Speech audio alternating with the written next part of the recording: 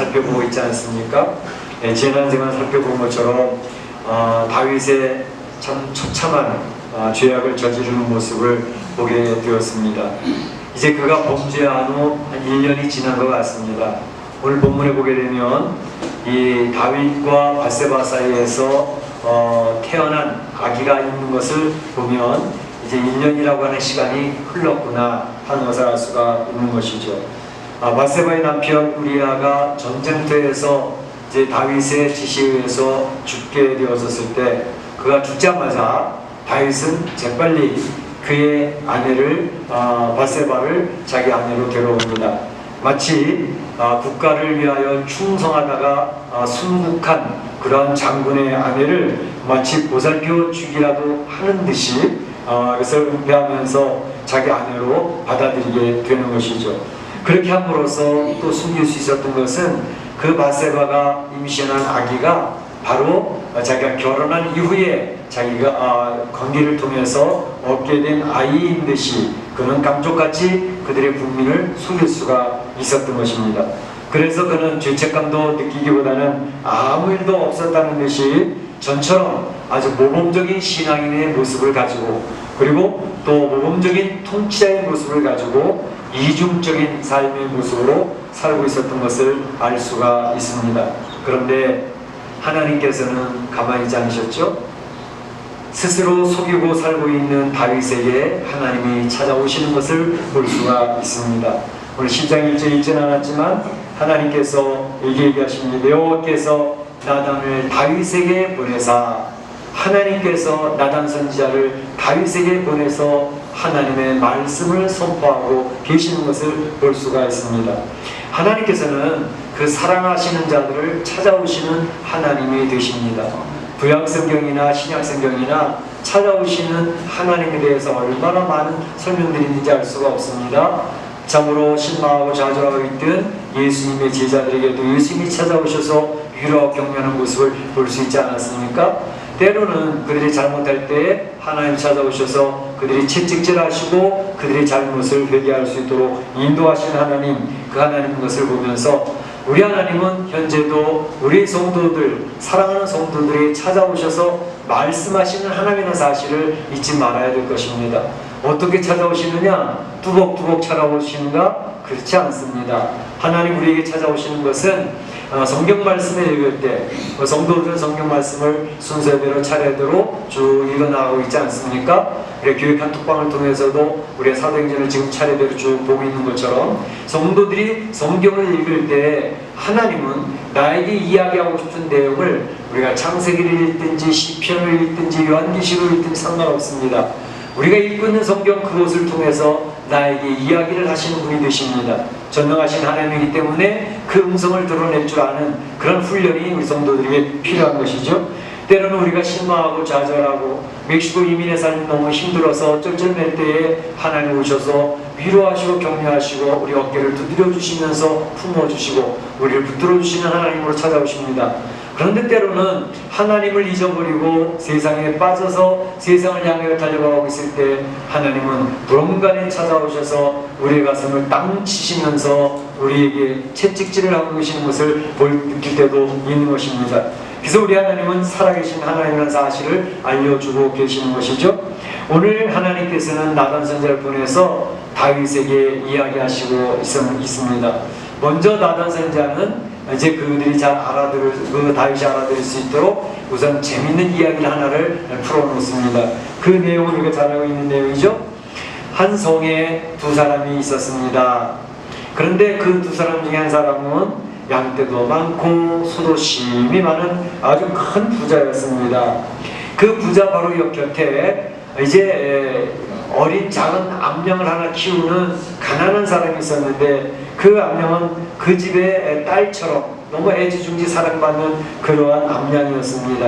그런데 그만 그 부잣집에 손님 한 사람이 찾아오게 되어졌는데 그 부자가 이제 그 자기 집에 양떼도 많고 소떼도 많은데 그것을 가지고 대접하는 게 아니라 가난한 집에 딱 하나밖에 없는, 그것도 그 주인 그 가족들이 가족처럼 딸처럼 사랑하는 그 양을 빼앗아다가 그것을 가지고 대접하지 않았겠습니까? 라고 이야기를 하니 듣자마자 다윗이 버럭버럭 화를 냅니다.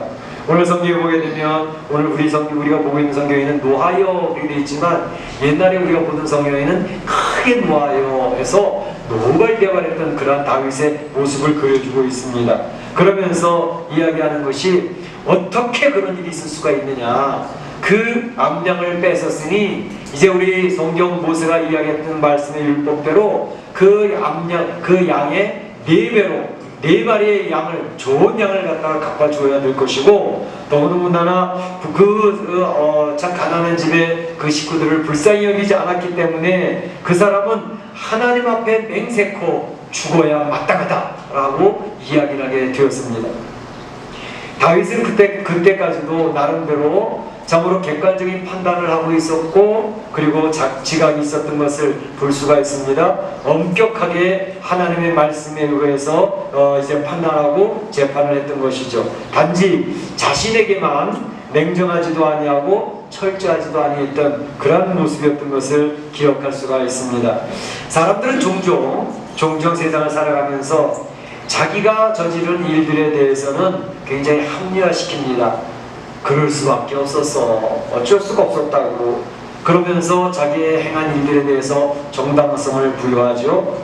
그래서 자기에게는 한없는 관용을 베풀면서 자기가 저지른 죄에 대해서는 그 정도야, 다른 사람 닦으면 괜찮아 라고 받아들입니다. 그런데 다른 사람에 대해서는, 타인에 대해서는 얼마나 냉정하고 엄격하고 날카로운지 모릅니다. 그것이 우리들이 죄성을 가진 우리 보통 사람들의 모습인 것이죠. 그래서 우리 한국에서도 한동안 그런 말이 유행했을 때가 있습니다. 자기가 하면 로맨스요, 남이 하면 불륜이라고. 그렇죠? 네. 그러니까 자기가 하는 건 괜찮은데 다른 사람이 하면 불륜이야, 잘못된 거야 라고 정죄를 하는 그런 모습이 있다는 것입니다. 오늘 나단 선지자는 바로 그 사람은 마땅히 죽어야 된다라고 노발대발하고 있는 다윗을 향하여서 하는 말이, 당신이 바로 그 사람이요, 당신이 죽어야 마땅할 사람입니다. 다윗, 당신이 죽어야 됩니다 라고 이야기를 했던 것입니다. 그래서 오늘 말씀의 제목을 당신이 그 사람이요 이렇게 정해놓은 것입니다. 이웃의 아내를 탐내어서 빼앗았습니다. 그리고 간음하고 살인한 죄악, 이 모든 것이 국민들을 깜짝같이 속일 수 있는 완벽히 은폐되어진 것으로 그는 생각했었습니다.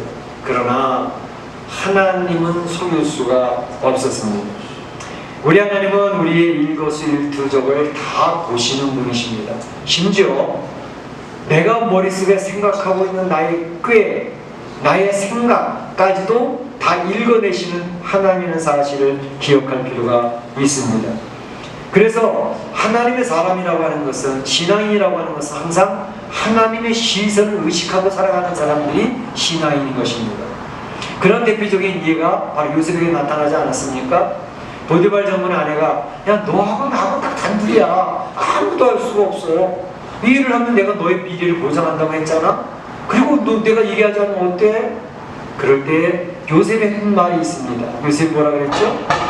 어떻게 이 큰 악을 행하여 하나님 앞에 죄를 범하리까? 라고 했습니다. 당신하고 나하고 둘만 있다고 얘기하는데, 아니요, 하나님이 지금 이 내용을 알고 계시고 보고 계시는데 어떻게 하나님 앞에 큰 악을 행해서 하나님 앞에 죄를 범할 수가 있겠습니까? 요셉은 신앙인이었습니다. 그는 하나님의 시선을 의식하는 사람이었기 때문에 신앙이었던 것입니다. 바로 이것이 하나님을 섬기는 사람들의 가져야 될 태도라는 것을 성경은 알려주고 있습니다. 다윗이 저지른 죄악, 그것을 보게 되면 세상 사람들은 그건 단순히 우리야 장군에 대해서, 그 가정 밧세바에 대해서 저지른 죄악일 뿐이야 라고 생각할 수도 있겠습니다. 근데 성경에서는 그렇게 해석하고 있지를 않습니다. 그건 단순히 우리아 장군을 죽였던 것, 그리고 그의 아내를 빼앗은 것, 밧세바를 향하여 죄를 저질렀던 것, 그렇게만 이야기하지 않고 이 12장 9절 10절에 보게 되면 하나님이 평가하고 성경에서 이야기하는 것은 네가 여호와의 말씀을 업신여기고, 여호와의 말씀을 업신여겼다는 것입니다. 그것은 곧 나를, 하나님을 업신여긴 죄악을 저지른 것이다, 이렇게 이야기하고 있는 것입니다. 그러니까 다윗이 저지른 죄는 그저 밧세바, 우리야, 그 인간과 인간 사이에서는 저질러진 일일 뿐이야 라고 설명해 줄 수 있는 게 아니고, 하나님의 말씀을 업신여기고 하나님을 업신여긴 결과로서 그런 일이 벌어지게 되어졌다라고 이야기하고 있는 것입니다. 하나님은 나단성을 통해서 이야기를 합니다. 내가 너를 어떻게 인도했니? 알고 있지 않냐? 너의 생명이 사울의 손에서 위태로울 때 내가 사울의 공격들을 막아냈고 너를 보호하지 않았어? 그리고 너를 유다와 이스라엘 통치자로 세우지 않았냐? 내가 부족하다고 하였더라면 내 처들을 얼마든지 더 줄 수 있었을 거야. 그런데 뭐가 도대체 부족해서 하나님을 업신여기고 이런 죄를 저질렀느냐라고 설명하고 있는 것을 볼 수가 있습니다. 다윗을 찾아오신 하나님은 완전히 완벽하게 은폐되어졌다고 생각하고 있던 다윗의 죄악을 밝히 드러내 보여주시고 그의 죄에 대해서 인도하고 계신 것을 볼 수가 있습니다. 우리 하나님은 우리의 죄악을 다른 사람이 아무도 몰라도 하나님은 알고 계신다 라고 이야기를 하고 계시는 것입니다. 오늘날도 이것은 동일합니다. 어느 누구도 몰라도, 자기 남편이 모르고 자기 아내가 몰라도 하나님은 아신다는 것입니다. 그것을 성령님께서 우리를 지적하고 들어오실 때가 있다는 사실을 기억할 필요가 있습니다.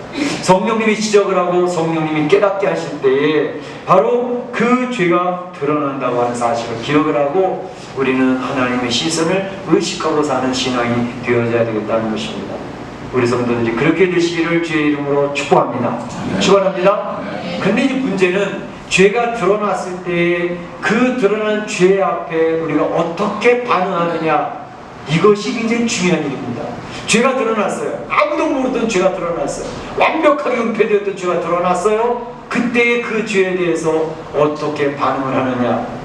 오늘 다윗이 그 죄를 밝히 드러날 때 어떤 반응했나 하는 것은 우리에게 주는 또 귀한 교훈이 있습니다.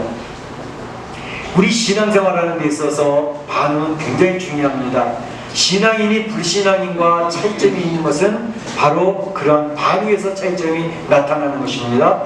똑같이 죄를 저지를 수가 있는데 신앙인들은 어떻게 반응하고 불신앙인은 어떻게 반응하는가 하는 것입니다. 반응의 중요성, 그것에 대해서 우리는 사실 우리 목장 모임할 때도 그런 내용이 나왔었습니다. 사도행전에 보게 되면 베드로 사도가 그 군중들을 향해서 그들의 죄악을 지적하는 내용이 있었고, 또 스데반 집사님이 그 군중들을 향해서 죄를 지적하는 내용이 있었습니다. 그 설교의 내용은 동일했습니다. 곧 다시 말하면 하나님께서 이스라엘 백성을 사랑하셔서 쭉 구약성의 모든 것을 통해서 인도하셨고, 그리고 메시아까지 보내주셨는데 바로 그 메시아가 골고다 언덕을 오시며 십자가에서 수치를 당하시며 모욕을 당하시면서 죽음을 당하게 되셨다. 그런데 그 십자가에서 죽으신 메시아, 그 죽음은 바로 너희 군중들, 유대인들, 너희들, 바리새인, 서기관, 제사장들, 너희 유대인들이 예수님을 죽인 것이다 라고 선언을 했던 것이 베드로의 설교의 핵심이었고 또 스데반 집사님의 설교의 핵심이었습니다. 그랬는데 그것을 들었던 군중들이 보이는 반응은 상반된 정반대되는 반응을 보였다는 것이죠. 스데반 집사님이 설교를 해서 너희들이 메시아를 죽였다 했더니만 그 군중들이 가만히 듣고 있다가 너희가 죽였어, 바로 너희 당신들이야 라고 이야기했을 때에 그들은 이를 부득부득 깔면서 네가 뭔데 하면서 돌을 던져서 스데반 집사를 죽이지 않습니까? 그 스데반의 순교를 당하는 것입니다. 그런데 똑같은 메시지였는데 사도행전 2장에 보게 되면 베드로가 이야기를 합니다. 너희들이 바로 예수님 메시아를 죽였다 라고 이야기하니 그들이 그 설교 말씀을 듣고 나서 하는 반응은 우리가 어떻게 하면 되겠는가? 우리가 어찌할꼬 어떻게 하여야 우리의 죄의 문제를 해결받을 수 있겠는가? 라고 얘기하면서 얘기할 때 너희는 회개하고 세례를 받고 성령의 충만함을 받으라 해서 그들이 살아나게 되어지는 그런 역사가 있었다는 것입니다. 이제 우리가 죄를 지적받았을 때 그 반응이 바로 하나님 앞에 그들의 죄를 인정을 하고 시인하고 회개하면 그들에게 살 길이 열립니다. 그러니까 죄가 드러난다고 하는 것은 굉장히 은혜의 일입니다. 죄가 드러나는 것을 통해서 하나님의 관계가 회복될 수 있는 찬스가 주어지는 거죠. 그러니까 죄가 드러나야 됩니다. 그래서 그 죄에 대해서 하나님 앞에 해결받고 하나님 관계가 다시 회복이 되어져야 되는 것이 은혜인 것이죠. 그런데 죄를 지적받았을 때에, 나의 잘못이 드러났을 때에 얼굴이 울그락불그락 굳어지면서 창백해지면서 그 죄에 대해서 덤비게 되면 그에게는 하나님과의 관계 회복될 수 있는 길이 끊어져 버리고 마는 것입니다. 오늘 다윗이 어떻게 했는가? 어떤 반응을 보였습니까? 12장 13절에 다윗이 나단에게 이르되 내가 여호와께 죄를 범하였노라. 내가 여호와께 죄를 범하였노라. 그는 분명히 알았습니다. 밧세바와 우리아를 죽였던 이런 모든 것이 바로 하나님 앞에 죄를 지었다는 사실을 시인하고 인정하고 그 앞에 머리를 숙였던 것입니다. 그가 1년간 이 죄악을 은폐하면서 얼마나 많은 고민을 했겠습니까? 얼마나 자기 합리화를 하면서 자기를 쓰다듬고 있었겠습니까? 그리고 지가 앞에 서서 자기의 죄를 지적하고 있는 나단 선지자, 이 나단 선지자 하나 처리하는 것은 아무것도 아닙니다. 그 다윗이 가지고 있는 권세, 이름 아무도 모르게 처리해버릴 수도 있습니다. 이 아합 왕이 그런 모습을 보여줬죠. 아합 왕이 암몬과의 전쟁에 나가야 될 때에 선지자를 불러서 이야기를 합니다. 내가 길랄 라못에 가서 전쟁을 하는 거 하도 괜찮겠냐 안 되겠냐. 다른 그 이스라엘의 모든 선지자가 올라가서서 승리할 것입니다 이야기했는데 뭔가 미심쩍어요.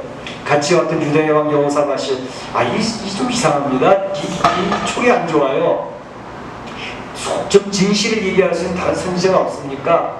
그랬을 때 미가야라는 선지자가 있는데 그 사람은 말만 하면 나한테 그냥 잘못했다고 그러고 죄를 지적하고 기분 나쁘다는 그 사람의 말을 안 듣는다고. 그랬더니 그래도 그 사람 부르십시오 라고 얘기했더니 미가야 선지자가 와서 이야기를 하는데, 자, 내가 길랄람에 올라가는 게 좋겠냐 안 좋겠냐 그랬더니 왜 다들 올라가라 그러시잖아요. 올라가시면 되죠 뭐. 그랬더니 아니, 그래 다른 사람 이야기는 거 한 거 말고 네가 받은 귀한 말씀 나한테 줘. 그랬더니 진실을 얘기해달라고 하니까 말씀을 드립니다. 왕이 이번에 올라가시면 살아오지 못합니다 라고 진실을 얘기했어요. 되게 화를 버럭 내면서 야, 이놈을 오게 가둬. 그리고 고생의 떡을 먹이고 고생의 물을 먹이게 해라. 그리고 가둬버리지 않습니까? 이게 왕이 가지고 있는 권력이고 힘이지 않습니까? 그러니까 다윗 왕의, 하늘을 찌르고 있는 다윗 왕의 권세를 가지고 나단 선지자 하나 처리하는 것은 아무것도 아닙니다. 그러나 다윗 왕은 나단 선지자 앞에 무릎을 꿇고 자기의 죄를 시인하며 눈물로 통곡을 하는 것입니다. 바로 이것이 다윗의 위대했던 점입니다. 죄는 저지를 수 있습니다.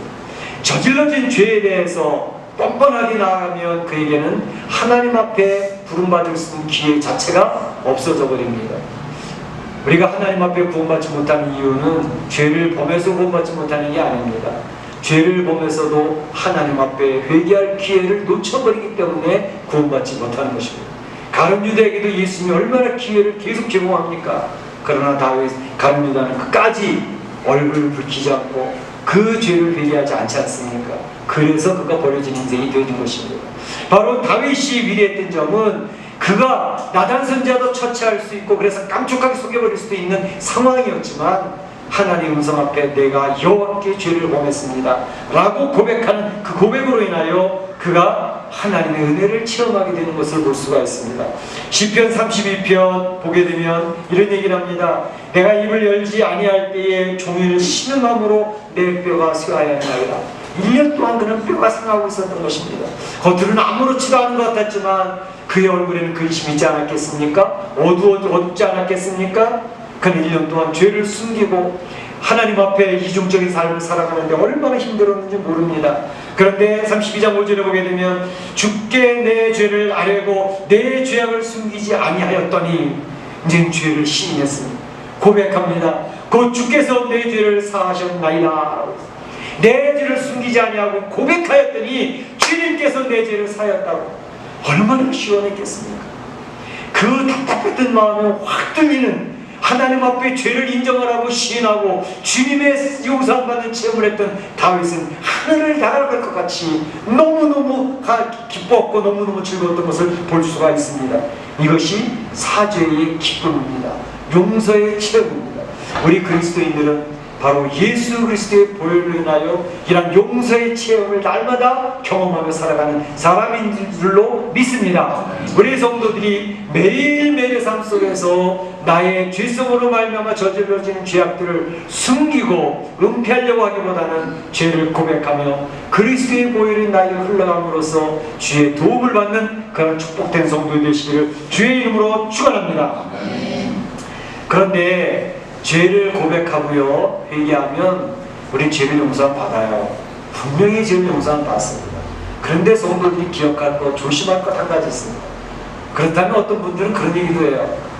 죄를 용서하시고 회개만 하면 다 처리되니까 이 세상 살 때 실컷 죄를 짓다가 내 마음대로 실컷 살다가 쾌락을 즐기고 마음대로 세상 살다가 죽기 직전에 하나님 앞에 가서 하나님 저 용서해 주세요.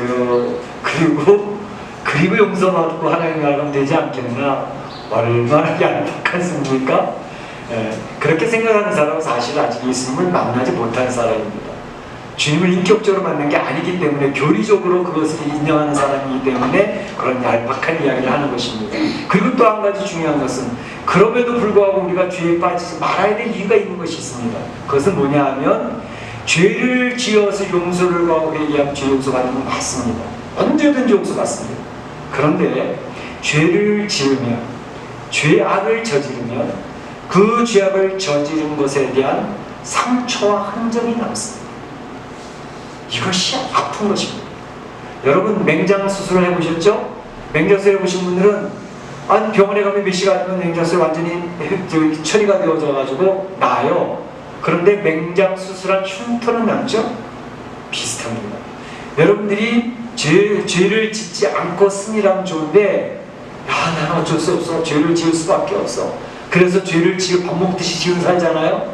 그러면 죄를 지으면 죄를 짓는 만큼 더 수렁에 빠지면서 내 심령이 고통스럽고 내가 아픔을 당하고 상처가 자꾸 깊어집니다.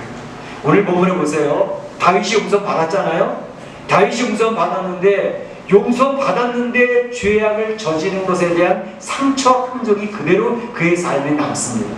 어떻게 얘기를 합니까? 그래 네 죄는 용서 받았는데 근데 어떡하냐 다윗 너희 집안에 너희 가문에 칼의 재앙이 떠나지 아니할 거야 라고 해요. 죄악을 저지른 것에 상처 흔적이 남는 것입니다. 두 번째 너의 처들이 많지? 너의 처들이 백주에 다른 사람들한테 뺏겨서 다른 사람들 앞에 당하는 수치와 모욕을 당하게 될 거야. 너는 밤중에 은밀하게 밧세바를 취하여서 깜찍하게 속이려고 했지만 너의 아내들이 백주 대낮에 많은 사람들이 보는 앞에서 수치를 당하게 될 거야. 그대로 응답되지 않았습니까? 이게 죄악을 저지른 것에 대한 상처와 흔적입니다. 그리고 네가 밧세바와 사이에서 낳았던 아들이 있었지? 그 아들이 죽게 될 거야. 그것이 내가 죄악을 저지른 것에 대한 죄는 용서받았지만 상처와 흔적으로 내 삶에 남게 돼요. 라는 처벌을 받게 된 것입니다. 그래서 이것을 안다면 우리 성도들이 나는 죄를 아무리 저질러도 괜찮아. 주님 다 용서해 주시니까 그러고 살 수가 없다는 것입니다. 죄악을 저지르면 저지를수록 나의 가슴에는 상처가 났습니다. 나의 가정에 흔적이 남습니다. 아픔이 남습니다. 죄에 대한 처벌이 있습니다. 그렇기 때문에 우리는 죄악을 저지르지 않냐고 죄악에 빠지지 않으려고 발버둥을 치면서 승리해서 하나님 앞에 나가는 성도들이 되어야 될 줄로 믿습니다. 그렇게 되시기를 축원합니다. 그 다음에 마지막으로 한 가지는 죄를 시인한 다윗에게 과연 어떻게 되었을까 하는 것입니다. 죄를 즉각적으로 시인한 다윗은 어떻게 하나님께서 하셨는가? 13절에 보게 되면 이렇게 얘기합니다. 다윗이 나단에게 이르되 내가 여호와께 죄를 범하였노라 하매 나단이 다윗에게 대답하되 나단 선지자가 다윗에게 이야기해 줍니다. 여호와께서도 당신의 죄를 사하셨습니다. 여호와께서 당신의 죄를 사하셨습니다. 그래서 당신은 죽지 않을 것입니다. 사실은 죽음에 해당되는 죄악을 저질렀잖아요. 살인죄를 저질렀으니 살인죄 피를 흘린 자마다 피를 흘려 죽어야 되는 거거든요. 그러니까 다윗은 마땅히 죽어야 마땅할 자라고 얘기하지 않았습니까? 그런데 하나님이 죽음은 면케해 주셨습니다. 또 한 가지, 그가 죽음을 면했는데 그 하나님 앞에 이제 또 다 변화된 모습이 있었습니다. 그것은 뭐냐면, 이제 나단 선지자가 얘기했던 것처럼 밧세바와 네 사이에서 은밀한 사이에 만들어졌던 아이, 그 아이는 죽을 거야. 그래서 아이가 태어났는데 7일 만에 아이가 죽게 되거든요. 근데 7일 동안 다윗은 하나님 앞에 나가서 금식하며 살려달라고 애걸 먹고라고 눈물을 흘리며 가슴을 치며 기도합니다. 하나님, 이 아이를 살려주십시오. 죄를 제가 지었지 이 아이가 지은 건 아니지 않습니까? 하나님, 이 아이를 살려주십시오. 7일 동안 금식하며 땀을 흘리며 통곡하며 하나님을 기도했어요. 하나님 살려주시기를 기도했어요. 그런데 하나님은 나단 선지자가 선포한 대로 그 아이를 걷어가십니다. 근데 희한한 일, 거기 주변에 있던 그 신하들이 하는 이야기입니다. 그 아이가 신하들이 와서 수근수근 대니까 다윗 왕이 묻습니다. 그 아이가 죽었구나. 네, 죽었습니다. 감히 왕 앞에 상심할까봐 말 못 드리고 있었습니다. 그랬더니 금식하면서 초췌하게 통곡을 하던 땅을 치고 통곡하던 다윗이 훌훌 털고 벼슬 벗어버리고 왕복을 다시 입고, 자, 나 배고프다, 밥 먹을 거 가져와. 밥 갖다 차려놓고 멸치 먹는 거예요. 이상하다. 아니, 그 아이 살려달라고 울며 기도할 때는 좀 이제는 뭐 아무 일도 없었다는 듯이 저렇게 먹고 있어. 그 왕한테 묻습니다. 아니, 어떻게 되니? 왜 이렇게 이제는 뭐 아무 일도 없었다는 식사하십니까? 생명은 하나님께 속한 것입니다. 하나님이 데려가 갔으니 이제는 하나님의 뜻입니다. 이제는 하나님께서 맡겨주신 일에 우리는 따라갈 뿐이다. 자기에게 주어지는 환경을 내가 거부하지 않습니다. 하나님 허락하시는 대로 따라가겠다는 것입니다. 다시 말하면 옛날에 하나님 앞에 그대로 순종하며 따라가던 다윗의 그 신적인 분별력이 다시 살아난 것입니다. 자기 죄를 시인하고 고백하니 하나님이 하시는 대로 따라가겠습니다 라고 하며 자기 아들을 거두간 하나님에 대한 원망도 없습니다. 하나님이 하신 일이니 하나님이 뜻대로 하세요. 이제 하나님 하시는 대로 전 따라가겠습니다 하고 따라가는 그의 신적인 분별력이 다시 회복이 되어진 것입니다. 하나님의 축복인 것입니다. 그러니까 하나님께서 죄를 시인하는 것은, 죄를 용서 안 받는 것은 하나님의 복이죠. 그 뒤에 하나님 어떻게 하셨습니까? 또 다른 아들을 주시잖아요. 너희가 상심하지 않게 하기 위하여 또 다른 아들을 주겠다. 그 아들이 솔로몬 아닙니까? 솔로몬을 다시 주시면서 나단 선지자를 통해서 이름까지도 지어주십니다. 그 솔로몬을 여디디아라고 하라 라고 그 이름까지도 전해주고 있습니다. 그 여디디아라는 말은 여호와께서 살아나셨다라는 뜻입니다. 관계가 완전히 바뀌어졌습니다. 우리 성도들이 지난 설교를 들을 때 어떻게 하나님을 섬기던 다윗과 같은 왕이 그러한 이 믿지 않는 불신자들도 감히 저지르지 않는 그런 죄를 범할 수 있단 말입니까? 분개하고 혼돈스러운 그런 모습 보지 않았습니까? 우리 성도들도 어느 누구도 그와 같은 자리에 이룰 수 있다는 사실을 다윗의 모습을 통해서 인정할 필요가 있습니다. 그런데 다윗의 삶을 통해서 또 다시 하나 보여주는 것은 다윗이 하나님 앞에 회개했던 그 모습을 우리가 본받게 하기 위해서 알려주고 계시는 것입니다. 하나님 앞에 죄를 시인하고 자기의 죄성을 인정을 하고 하나님을 거부하지 아니하고 하나님을 다시 따라가기만 하면, 순종하는 삶을 살기만 하면 하나님께서 관계를 회복시키시고 그를 끝까지 살아가신다는 모습을 오늘 본문을 통해서 알려주고 계시는 것이 아닙니까? 우리 사랑 성도 여러분, 우리가 이 다윗의 참으로 힘든 모습을 보면서 기억해야 될 것은, 우리는 다윗처럼 죄를 지을 수 있는 존재다. 내가 죄를 지을 때 자기를 합리화시킨다든지 자기 죄를 은폐하면서 살아갈 수밖에 없는 그런 본질상 진노의 자녀들이었다는 것을 기억할 필요 있습니다. 바로 당신이 그 사람이다. 바로 그 죄를 짓는 사람이 저입니다 라고 고백할 필요가 있다는 것입니다. 그보다 중요한 것은 내가 죄인됨을 시인하고 이제 죽음 아래 놓여져 있다는 사실을 인식할 때에 그런데 이 사망의 상황에서 누가 건져주실 것인가? 그것은 바로 메시아 되신 예수 그리스도의 보혈을 의지하는 것입니다. 그래서 예수를 알 수가 없다. 그 주님 앞 우리를 고백을 하면서 주님을 따라가는 것입니다. 그러면 하나님과 관계가 유지되면서 회복이 되어질 수가 있습니다. 이제는 우리가 살아갈 때 우리 죄는 항상 용서받을 수 있는 것이 길이 열려져 있습니다. 예수 그리스도의 보혈이 있기 때문에. 근데 기억할 것은 그렇다고 해서 죄를 밥 먹듯이 뻔뻔스럽게 양심은 화인 맞은 자처럼 죄악에 들어가는 삶을 살아서는 안 된다는 것입니다. 왜냐하면 죄악을 저지르면 저지를수록 우리의 삶 가운데 깊은 흔적과 상처가 남는다는 사실을 기억을 하고 죄를 저질러서 상처 흔적 있는 삶이 되기보다는 죄와 싸워서 승리해서 하나님께 영광 돌리는 귀한 삶이 되어져야 되겠다 결단하는 위대한 성도들이 되시기를 주님의 이름으로 축복합니다. 축원합니다. 네, 기도하겠습니다.